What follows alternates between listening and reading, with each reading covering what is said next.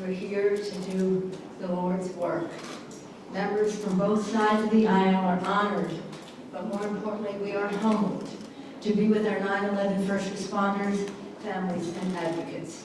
We salute Congresswoman Carolyn Maloney for her relentless, persistent, and dissatisfied advocacy on behalf of our 9/11 heroes, and thank Chairman Nadler and the entire Mr.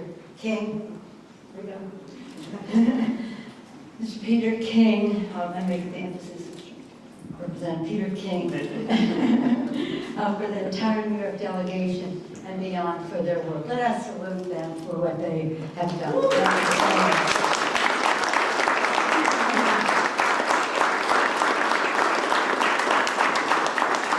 acknowledge them, but we are truly honored to have some very important people in our midst. The families, the advocates, the champions of the first responders and the first responders themselves. We're honored to have Jake LaMonda and General Fitzgerald, who are here with us representing the firefighters and the police officers, and you will hear from them. So in placing us in time, on September 11th, our nation suffered loss we could never have imagined, and the witnessed heroism that we will never forget. On that day of horror, our brave first responders were there for us. We must always be there for them. The Never Forget Our Heroes Act takes long overdue action to provide the financial security and support for 9/11 heroes, survivors, and families. It is critically important that we restore the compensation of those hit by drastic unfair cuts and ensure that their claims will be fully paid out in the future. This bill honors James Labroda, Ray Pfeiffer, and Luis Alvarez, and we're blessed to be here with Luis's sister, Ida. We'll hear from her in just a few moments. I just wanted, in the interest of time, go directly to a very special guest who is here with us, and that is John Field. John is a constant, relentless, persistent, dissatisfied. Where is he? There's that guy. So much he could say.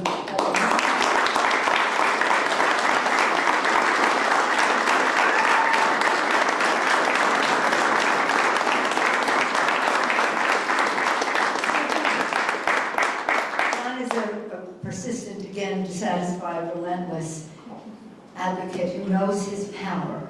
And he is clearly always telling us, and he is right to say it, that the people are the bosses of the Congress. That's exactly the right attitude to have. Nobody feels it more strongly than you at this time. Thank you for making today possible.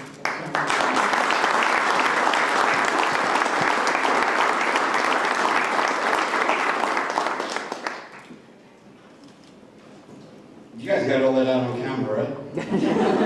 Thank you. Thank you, Speaker Pelosi. Wow. Nobody in this room owns 9/11. Nobody owns it. But we all have our own stories.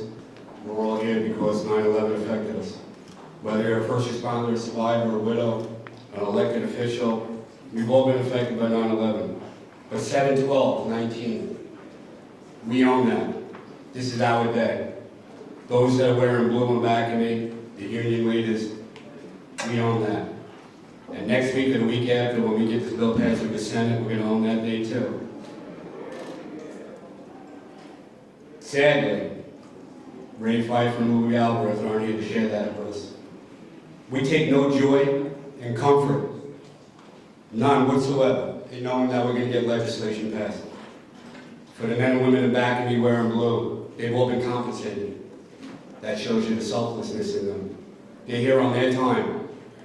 They believed in me, and they worked alongside of me, and I thank them for that. But we take no comfort in getting legislation passed. It's not about the legislation, it's not about a CBO score. CBO score is just a projection, just an estimate. But those with serious illnesses, their life's been estimated and cut short. They're going to die even when we get this legislation passed. So it's not about legislation or CBO score. It's not about 90 years or another 71 years or $10.2 billion. It's about the journey and the destination. Our journey started 15 years ago, 280 trips today, almost 280 trips, 1,700 plus meetings, and pestering the speaker and the Senate Majority Leader. And I cannot apologize to anybody for the words that came out of my mouth over the last several weeks, months, and years. Because I did it for those who were sick and dying. And if you don't get it, and you don't like me, I'm all right with that. And I love you.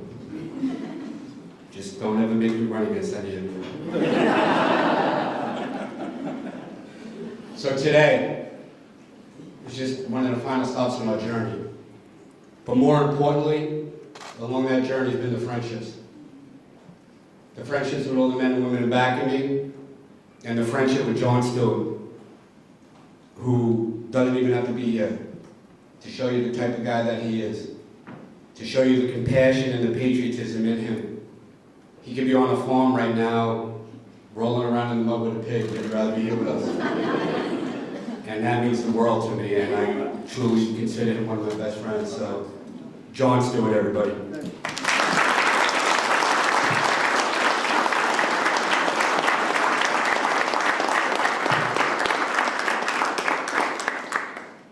John Field has been, in terms of advocating, there's nobody that I would follow into the gates of hell more than John Field. Not that you all are the gates of hell, but sometimes it's felt that way. The man has given 15 years of his life, half a foot and a kidney, for the men and women who suffered from 9/11. And I can't thank him enough for his friendship and allowing me along on the ride. But again, this is the semifinals. The finals are 2 weeks from now in the Senate. The men and women behind me have paved the way. This is done. This program works. It has a need.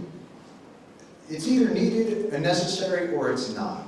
So when people get on the floor and they hem and haw about, well, what's the pay for and where do we go with this and how do we do, it's very difficult to watch a House and a Senate with $1 trillion deficit try and balance that budget of $10.2 billion over 10 years on the backs of 9/11 victims and first responders. It's like watching Joey Chestnut throw down 70 hot dogs in Coney Island, and then at the end of it, not have a Coke, because he's watching, the calories. Like, don't be nuts here. Like, this is necessary, it is urgent, and it is morally right. And not only that, you have a program that works. It is faithful to the statute, it is fair to the claimants, and it is respectful of the taxpayer. You cannot ask for anything more in a program. This should be as simple as just refilling its credit card. These people deserve to have that portion of the burden removed from their lives. Because trust me, you're not fixing their problems, but you are removing this 15-year unnecessary burden placed by their own government upon them. It ends now. Yep. We will all go home. We will leave you be. So, I fully expect that by August 2nd, we will have our final signing ceremony. We'll have Phil and Ida here representing Lou. We'll have Karen Piper here representing Ray. We'll have somebody representing Jimmy Zadroga. But it's going to be everybody. Jimmy's dad. Joe. Joe will be down, right? Representing Jimmy. So, everybody here is going to be representing those in the community that are still suffering. But we'll all be here for that one final moment, not of celebration, but of relief. Let them exhale. Thank you.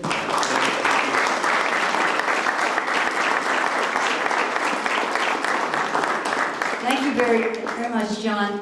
I just want to make this observation because there's no issue about passing this in the House of Representatives. We have bipartisan support. It's just a matter of getting it right in terms of writing the legislation. We're very well guided by Jerry Nadler, Carol Maloney, Peter King, and that. But the fact that John Stewart weighed in on this has made all the difference in the world. in terms of the United States Senate. John, we have two Johns here. John Field, his relentlessness, the advocacy of everyone was very, very important to help raise the profile of this and to have the action taken here. But the Senate was going to be a very tough nut to crack. The spotlight that was... No. No, the spot, not now. The spotlight that you all, but especially the celebrity of Jon Stewart, raising it in the public view, really changed. It really made such a tremendous difference. So the celebrity spotlight, the mobilization of all of you are making today and the next couple of weeks responsible. But I want to join John and honor Jon Stewart for the spotlight that he put in to make it too hot to handle for the Senate not to take up the bill. And with that, I'm pleased to yield to Carolyn Maloney, champion on this issue. Thank you, Leader Pelosi, for your extraordinary help. This time we had over 330 co-sponsors, but back in 2010, people didn't think the bill would pass. And so it was over in the Senate. Half of Congress had already come home. And we were sitting in her office as we got on the phone and called members to come back, and it passed the Senate. She kept the Congress open until we got the bill done. That's kind of dedication. Thank you so much. First and foremost, I want to thank the New York delegation, especially Jerry and Peter King. They made it a priority of the delegation for 18 years. And I want to thank all of the first responders, survivors and their families, and for everything they did for this. And I can tell you, without people like James Adroga, Ray Pfeiffer, Louis Alvarez, John Field, and the Feel Good Foundation, and Jon Stewart with his star power, Gerard Fitzgerald of the UFA, and Jake LaMonda of the UFOA, we would not be here today. For 18 years, it has been my honor to work with these individuals, these heroes, to pass this bill. My only regret in working with them is that it has taken too long. Now, with a bipartisan agreement, we are about to pass this bill to finally make it permanent and fully fund the Victims' Compensation Fund here in the House. But we know the fight is not over. After our votes today, we will officially pass the baton to Senator McConnell. And it is time for him to keep his public promise that he made to the heroes to bring this bill to the floor immediately and get it done before the August recess.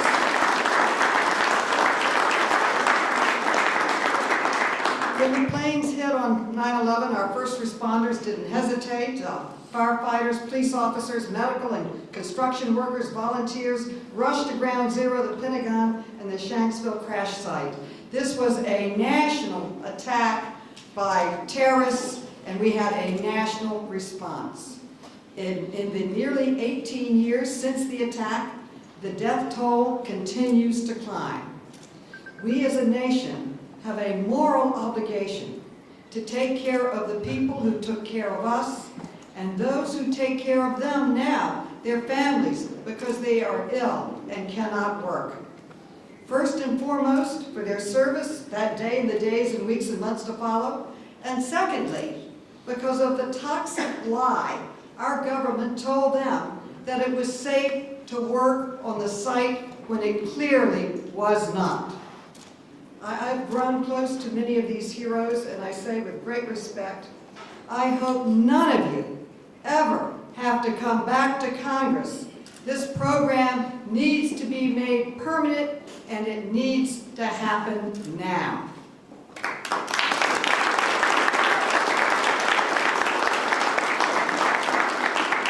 If you remember 9/11, you remember that as a nation, we vowed to never forget. We will not rest, this whole delegation, until Congress turns that promise into a law to help the first responders and survivors. It is the least that we can do as a grateful nation.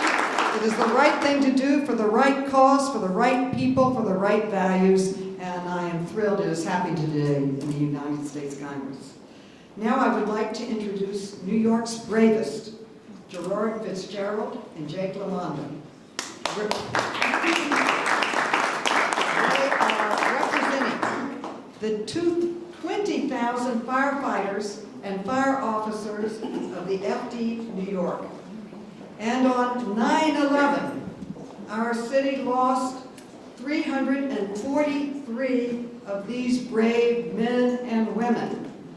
And since then, we've lost nearly 200 more. And 11,000 of these brave men and women are in the World Trade Center health program with related illnesses to 9/11. They are a symbol of why this program is so important. The true Twin Towers of New York are the FDNY and the NYPD. We thank them for what they did on that day and every single day. They risked their lives to protect us. We thank you.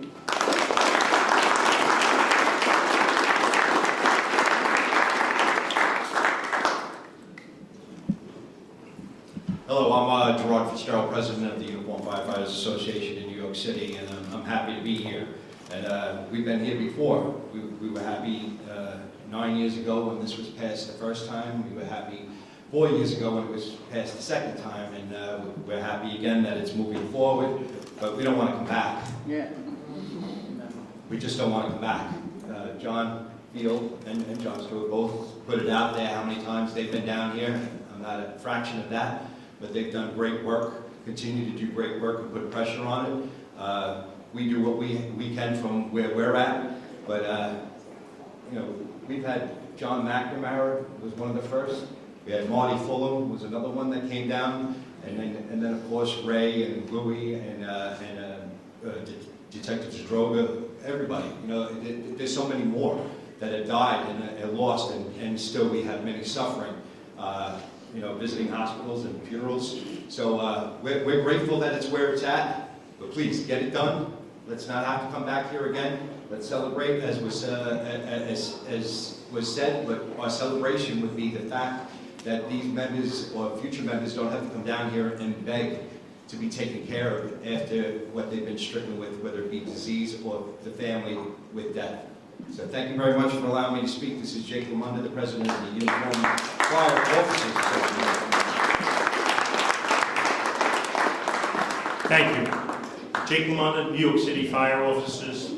Today's a very significant day because on the day our nation was attacked, the words that rang across our nation is that we will never forget.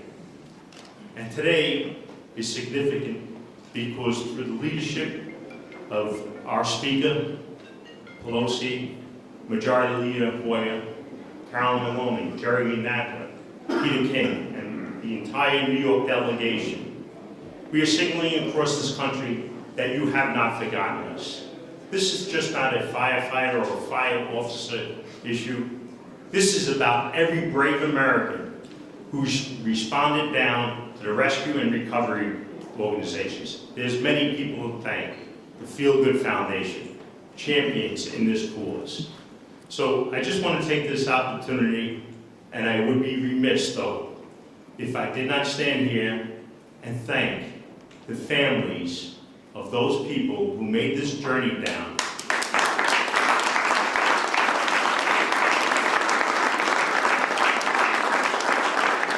They made the journey when the clock was ticking.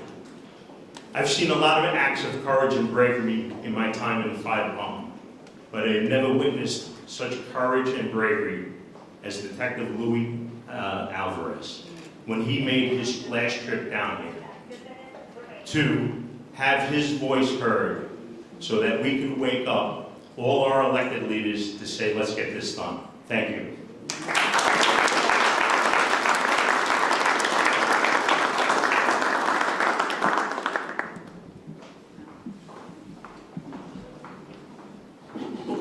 Congressman Jerry Nadler.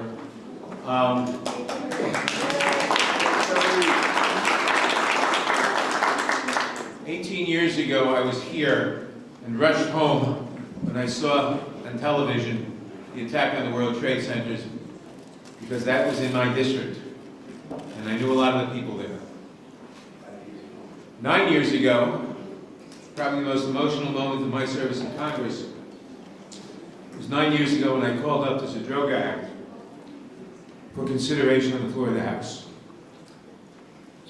What we had seen in the interim, the attack on our country, the 343, I think, firefighters who died that day, the police officers who died that day, the first responders, and the residents and workers in the area who died that day, and the people who were subject to the toxic cloud that day. But in the ensuing days, we saw something also terrible. We saw the federal government ensuring people that the air was safe to breathe when we knew it was not safe to breathe. My office spent countless hours calling up parents at Stuyvesant High School and other schools saying, don't send your kids back. Never mind what the Board of Education is saying. Never mind what the mayor is saying. Never mind what the EPA is saying. Don't send your kids back. Don't go back to work on Wall Street. And to residents, don't move back into your apartments. But they were being assured, everyone was being assured, it was safe. And the people, the first responders working on the pile. The first 3 days, there was a possibility of saving people buried there. And I don't blame anybody.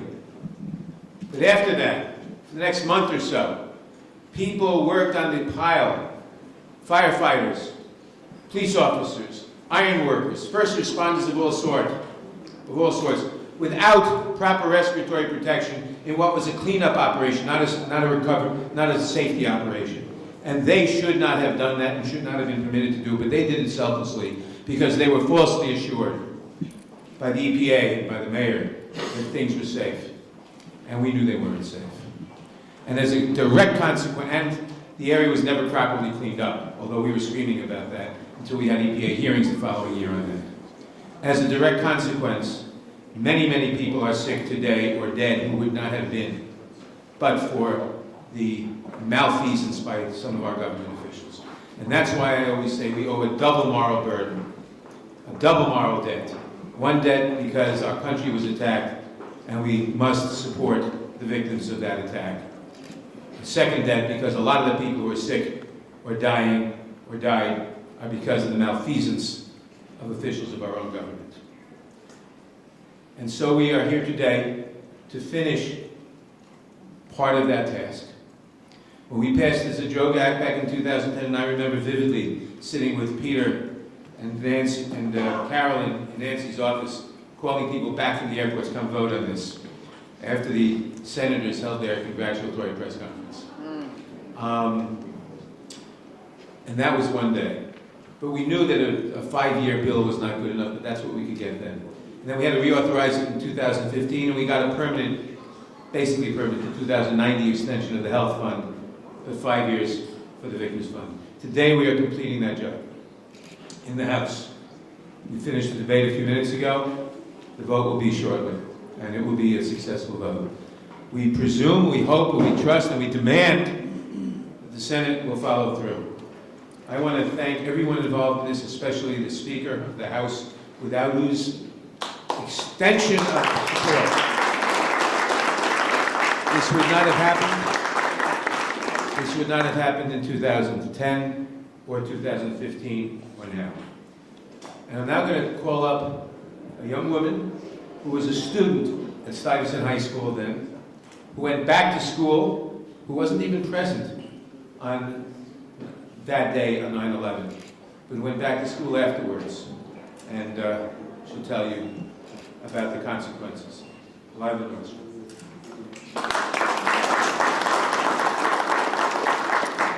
Thank you so much, and I think on behalf of the survivor community, we really want to thank Congressman Nadler for making sure that as this conversation has continued for decades at this point, that the survivor community never gets forgotten in the discussion, that we remain a part of this conversation, and that we continue to have access to these programs. My name is Lila Nordstrom. I was a student at Stuyvesant High School. I was there actually on 9/11, but I also returned to school less than a month after the attacks. I was one of 19,000 public school students that returned to the contamination zone during the cleanup. I myself was there for 8 months, and I am now, seeing a spike in illnesses among my classmates, and that includes serious illnesses and even deaths. So we're incredibly thrilled that the House is moving quickly to pass this legislation. We're looking at the Senate now, and I have a message on behalf of the 19,000 students and also the residents and community members and office workers who were affected by these attacks. Please do not say that this issue is an important priority for you and post a #NeverForget post every September and drag us back down here year after year to rehash the worst year of our lives.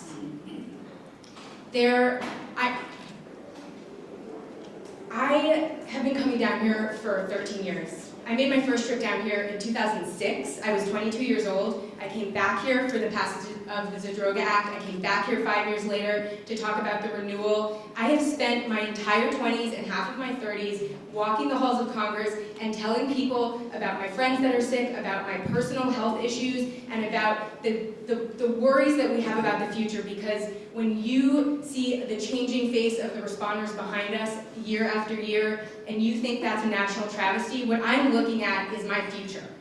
So I want to make sure that we don't have to do this anymore. Every time that we come back down here, it's another reminder of the fact that we were put in peril by a government that thought that a quick return to normalcy for Wall Street was more important than the health and the safety of the children who were attending school down there, of the residents who lived down there, of the people who were working down there, of the city as a whole. 9/11 prematurely ended my childhood. I was 17 years old when it happened. That was the last day that I was ever innocent, I think.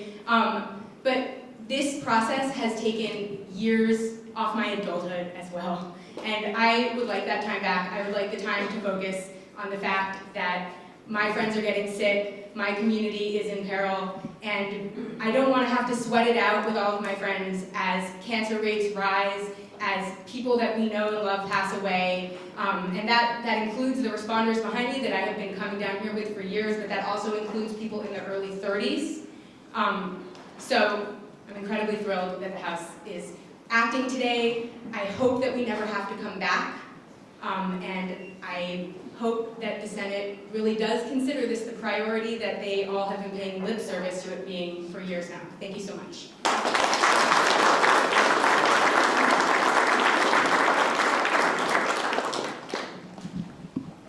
Thank you very much. I'm Congressman Pete King, 2nd District, New York.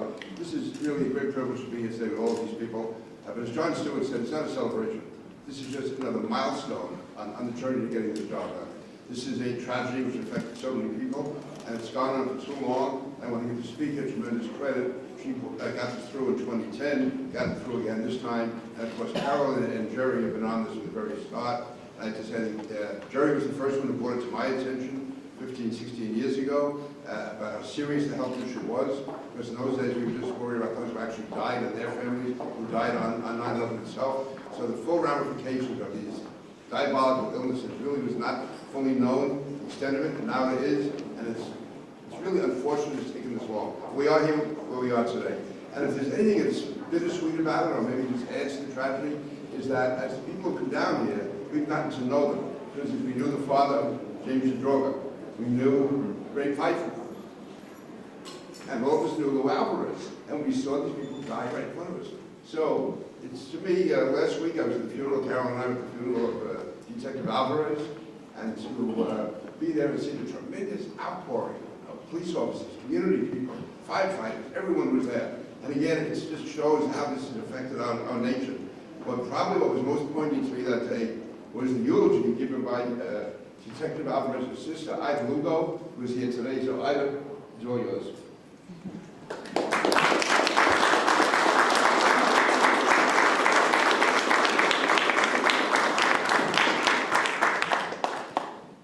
Thank you very much. I can't go forward without thanking so many people. I can't list them all. My hardest job has been lately to find a word more adequate than thank you. Impossible. But to Congressman King, I give you my thanks, my family's thanks, for helping my brother's second to last dream come true. and that is to be laid to rest in a national cemetery, to take place amongst all those who have gone before us, loving this country and keeping this country safe. I thank you. It meant a lot to my brother, and will give us a place to remember, not that we'll ever forget, the amazing things he did, especially at the end of his life. Mi nombre es Aida Lugo, soy la hermana de Luis Álvarez. ¿Qué es lo que estoy haciendo aquí hoy? ¿Por qué yo estoy aquí? Y planeando lo que iba a decir, decidí con un poco de ayuda compartir con ustedes las últimas palabras que mi hermano usó en esta tarea que él se puso delante. Les traduzco una nota que mi hermano le escribió al senador McConnell. Senador McConnell, no sé si se acuerda de mí. Mi nombre es Luis Álvarez, un detective retirado del escuadrón de bombas del Departamento de Policía de Nueva York. Yo fui testigo en el comité judicial de la casa hace 2 semanas. Quiero que usted sepa que mi hora de partir de este mundo rápido se acerca. Mi mayor meta, la legacía que quisiera dejar, es que el proyecto legislativo de compensación para las víctimas del World Trade Center, el 9/11, se haga finalmente ley. Usted tiene el poder que se haga una realidad. Por favor, examínese la conciencia y dése cuenta que esto es lo correcto. Si esto pasa, moriré un hombre feliz. Luis Álvarez. Le entrego una copia de mi placa de policía como recuerdo de mi legacía y la suya. ¿Qué puedo decir? Esto no se hizo realidad para mi hermano. No pudo decir, ya, lo hicimos. Pues aquí estoy yo, aquí está mi hermano, aquí estamos representando nuestra familia, igual que las otras familias, tantas, que para ellos esta tarea no se ha terminado. Me sería muy feliz estar en mi casa junto a mis padres, tan adolorido por la pérdida de su hijo. Ahí es donde yo debo estar, al lado de mis sobrinos que perdieron su padre, al lado de mis hijas, mi esposo, toda la familia Álvarez, porque así aprendimos a estar juntos siempre, en bueno y en malo. Pero aún aquí estoy. Igual que hicieron mi hermano llegar hasta aquí en sus últimas semanas de vida, cuando él debía de estar concentrándose en estar con la familia, en prepararse, él vino aquí. Y por eso estamos aquí. Y les pido, no nos hagan regresar, no nos hagan volver a este lugar, hagan lo correcto, completen el proyecto, la tarea con cual mi hermano terminó su vida, buscando la mejoría para la vida de todos aquellos que nos respetaron el día de 9/11. No hay más que decir. Nunca te olvidaremos, Luis. Nunca olvidaremos a todos que están aquí, que han ido antes y sigan. Gracias.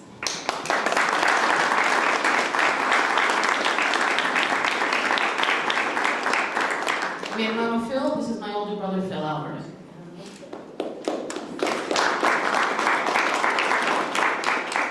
Good afternoon, good morning.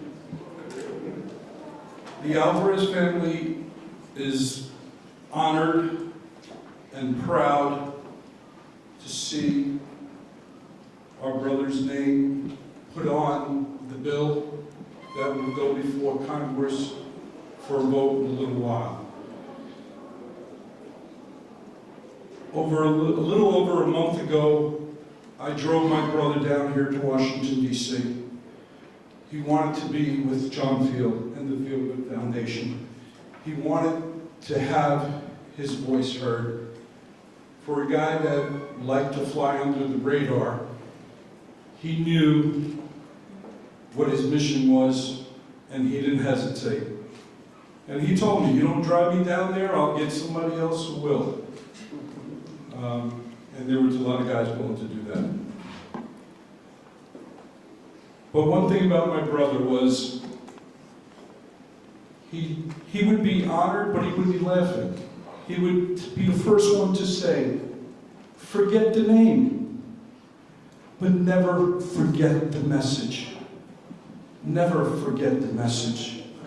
These ladies and gentlemen behind me, like John Field said, have been coming down years and years and years to get this done.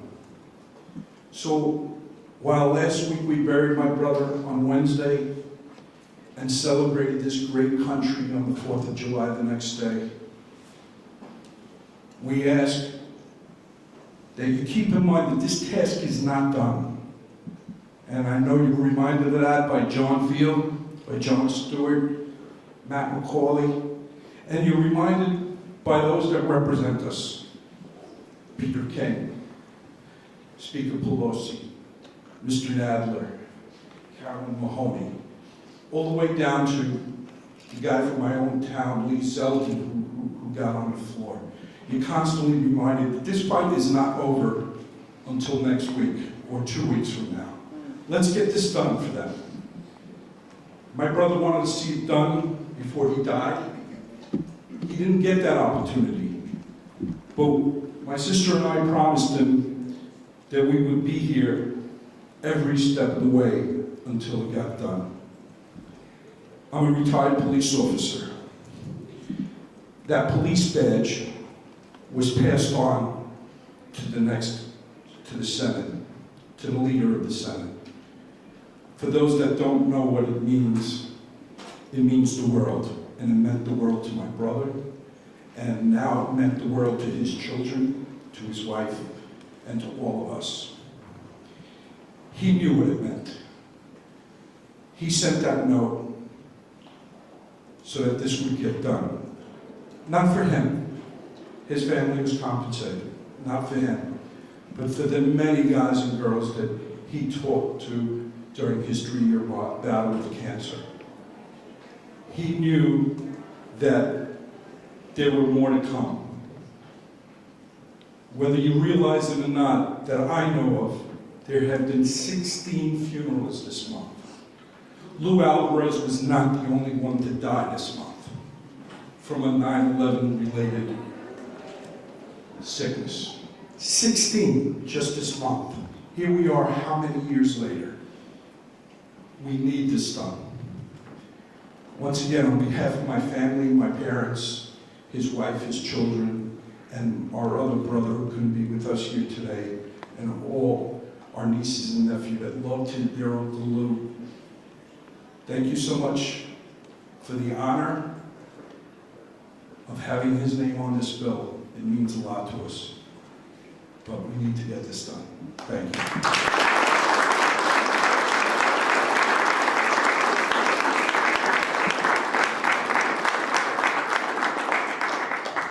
Speaker, it's a humble privilege to give the last word to the Alvarez family. Thank you for speaking so personally about your brother. Thank you for your own contribution as they're here on the horse. Thank you for speaking about your brother and mentioning his veterans background. Many of our first responders are veterans as well, and thank you for speaking from your ethnicity and from your heart. When Jerry was speaking earlier, he mentioned what was happening, the aftermath, the immediate aftermath. Any of us who went to Ground Zero at the time saw and heard the silence.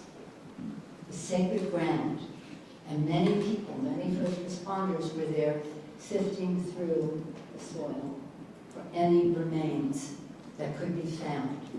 So let us today replicate that silence, have a moment of silence for Red Pfeiffer, for Louis Alvarez, for James Agroda, and for so many others who made that sacrifice, and for those who we are trying to protect today. Let us have a moment of silence and personal prayer. Thank you all for being here.